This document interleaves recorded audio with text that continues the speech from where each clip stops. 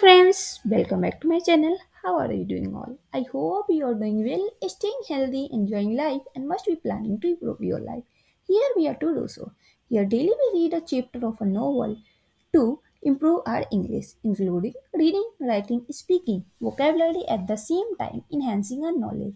As we know, reading is the best practice to develop all these things, which help us in many ways. And reading could be one of the good hobby to make a change in our life. As we have heard from many prominent personalities that books change their life, add values, widen their knowledge. We can live our life by reading a book and get all those experience and learn from their mistake. So why to commit same mistake if we can learn from them and improve our life?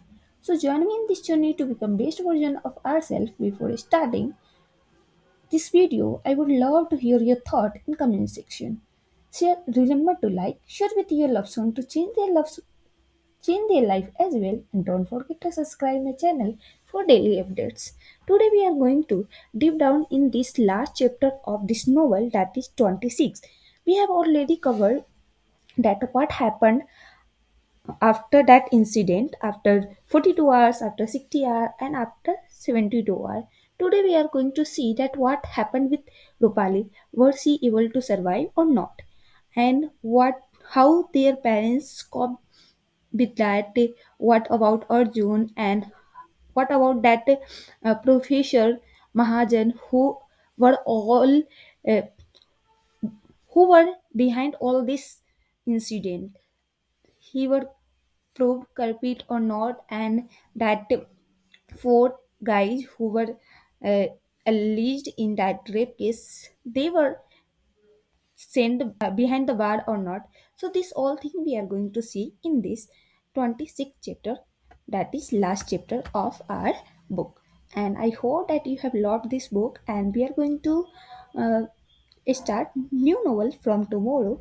So you can suggest any book which you want to read, and we will read together and enjoy this journey. So let's start and see what is there for us. 26. Rupali took her last breath on that fateful night. They could not save her. An innocent soul departed from the miseries of her mutilated body. Her dear ones believed so, for it made the reality minutely less difficult to bear. Perhaps, therefore, that night wasn't as fateful as the night on which the human scavengers had torn her apart. Probably, she had died that very night, and for the next 3 nights, her unconscious body, that still somehow had her heart beating inside, provided a little cushion to the shock for the people who loved her. An element of hope, no matter how small it was, that she may survive worked as that cushion. She would never open her eyes, never speak again, never go back to her home that she had once left to pursue her education from her dream college. She would never grow old. Her pictures of youth would mark the end of her journey in this world. The worst time in any parent's life is when they have to collect the corpse of their young child and performed the last rites at the funeral. Rupali's parents belonged to that ill-fated clan of parents. 4. Unknown men didn't just rape their daughter. They also raped them, they raped them of their daughter. And for the rest of their lives, as long as they lived in this world, every day, when they will wake up, they will have to confront this cruel fact.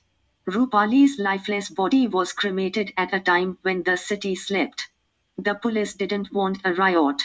Her parents decided to take her ashes home, where they would immerse it in the waters of the Ganga. A love story had been left incomplete. She left behind a huge void in Arjun's life, a void that could never be filled. Rupali was different. She was unique in her own way. She had no match. What a loss to a life like that of Arjun's. A life that till a week back looked so promising, had suddenly been shattered. Only Arjun knew what he was going through. Unable to call her up, to listen to her voice, to touch her, he kept pulling out every tiny memory he could recall from the box of precious memories in his mind. But the more he tried to relive her memories, the more alone he felt. The more alone he felt, the more he tried to relive her memories. It was all the more painful at night, when he was all alone, when the world slipped and he tossed and turned in his bed, often crying tears that would leave the cover of his pillow wet. It would all flash by in front of his open eyes. The little things she would say to make him feel good, her thoughts, her rationale, her stance, her wishes, her dreams, her dream of a due where no Rahima would be molested again by any Mahajan, her dream of a society where instead of turning a blind eye, people would come together and stand for what's right and against what's wrong, her dreams, her incomplete dreams. Going over them again and again somewhere in his mind, Arjun had transported them all to his thoughts. In her absence, those dreams were becoming his own. It gave him some sort of solace to believe that way. It offered him a reason to live, a goal to achieve, a meaning to his life. Left alone in the middle of an incomplete love story, Arjun took a pledge to fight for justice, for only that would bring peace to Rupali's soul. It became the larger purpose of his life. Arjun didn't let Rupali die in people's mind. He fought with the system in her name. And he wasn't alone. He had the support of his party. He had the support of the entire university. He had the support of every Indian who had started believing that what happened with Rupali can happen to anyone and that enough was enough. Rupali's death gave birth to a movement for change, a movement to demand stringent laws and their enforcement, a movement to call for swifter judiciary. 3 days after Rupali's death, the police had nabbed all the four accused. In his statement to the police, Bayaji, the leader, admitted to raping and attempting to kill Rupali along with three of his men. He was a contract killer. He accepted that he received money from Mahajan to finish Rupali. In his statement, Bayaji also confessed that he believed he had killed Rupali and that he was unsure how she had survived.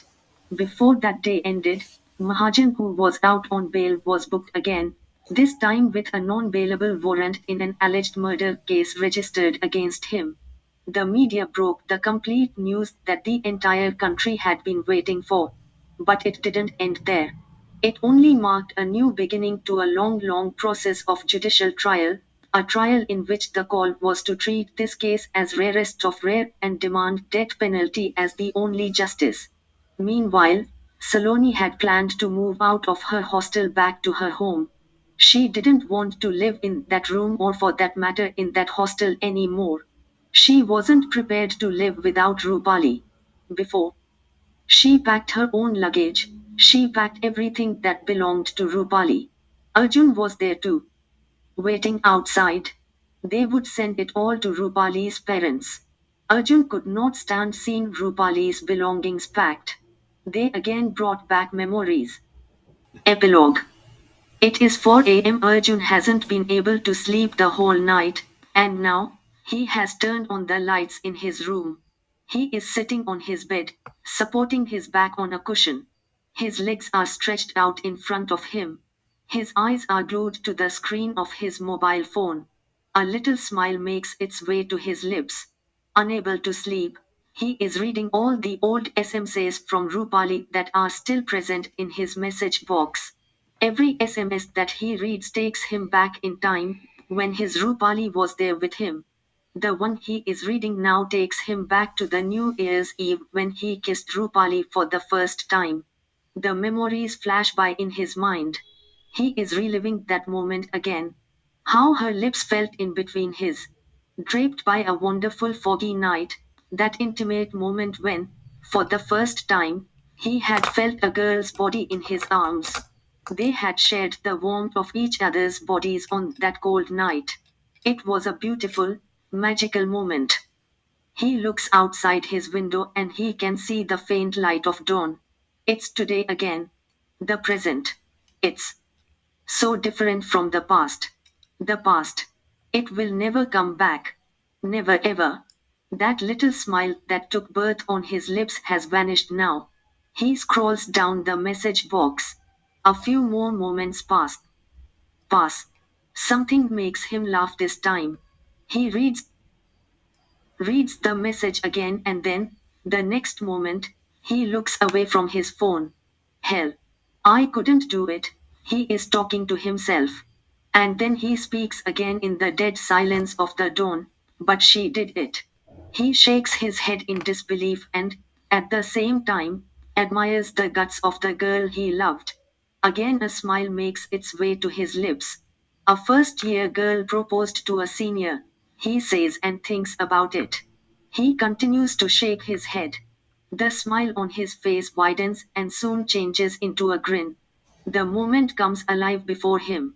His nervousness and stammering, Rupali's confident proposal, the planes flying above them, the noise of traffic. He is laughing now. Oh, Rupali, he says, missing her even more. The pain resurfaces and he suddenly chokes on his own words. Tears rush down his eyes. He is sobbing hard, like a kid. Oh, Rupali, he screams in pain. He hits the bed with his hands. Again and again in frustration.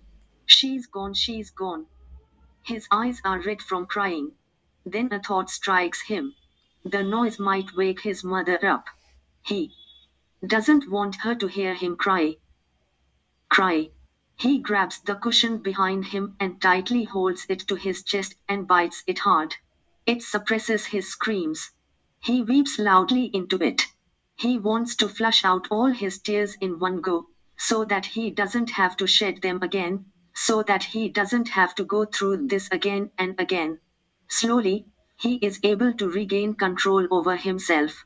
But he is breathless. He drops the cushion and takes a deep breath. He is calmer now. He picks up his cell phone again. His wet eyelashes blur his vision. He scrolls down his message box. He arrives at what looks like the very first message from Rupali in his mobile phone. It dates back to the evening when they had sat on the lawns outside her hostel. It was to discuss Rahima's case. He recalls how she had said that she was scared of him since the day of the orientation. Did I really scare her then? He thinks to himself. Then suddenly, he recalls something. The plant. Rupali's tulsi plant. Something has struck his mind. He looks at the time on his mobile phone. It's 5:10 a.m. He jumps out of his bed. He rushes to the bathroom and washes his face. Suddenly, he is in a hurry. The next minute he steps out of his house and picks up something from his garage. There is more light, but the sun has not risen yet. He purposefully turns the ignition of his Jeep. It disturbs the silence of the dawn. But it doesn't bother him. Arjun reverses the Jeep and in no time he is on the road. About 45 minutes later, he is standing right next to Rupali's tulsi plant. From a sapling only a few inches high, it has grown to well over 2 feet. Memories have yet again begun to play hide and seek in his mind. He recalls how, almost a year back, he had stood right at that place when he first talked to Rupali. How she had pulled this plant out of a plastic bag and shown him what she had been digging the earth for. His eyes are getting moist again. There is no way he can hold back his tears. He is tired of crying. He is embarrassed of crying yet again. But that doesn't stop the tender memories from flowing in. He recalls her face and how she had some dirt on her pretty forehead when she had rubbed her soiled hands over her face. He kneels down and runs his hands through the leaves and the tiny flowers that have blossomed. He realizes that he is touching a life that Rupali had once planted and nurtured. He gets a feeling that through the plant he is connecting with Rupali. He believes he is touching her, as if he is holding her in his fingers. The tiny branches slip inside the gaps of his fingers, just the way Rupali would slip her fingers within his. But he cannot see the plant very clearly anymore. It's his tears that are blocking his vision again. He recalls Rupali's words from that evening. This plant is a symbol of my dreams. I want to take care of it. I want to nurture it. He murmurs something. It seems like he is talking to the plant. Dot won't let your dreams die. They are mine now. They are mine now, he repeats like a child. He gets up and runs back to his jeep. He gets the spade he had picked up from the garage. He digs the earth around that plant and, very carefully, pulls it out from its roots along with a chunk of earth. He ties a piece of cloth around its roots. He brings it home and plants it in his garden. And, for the first time, he feels peace come over him, as if the young girl he loved has gently spread her pink dupatta over his face. And he smiles.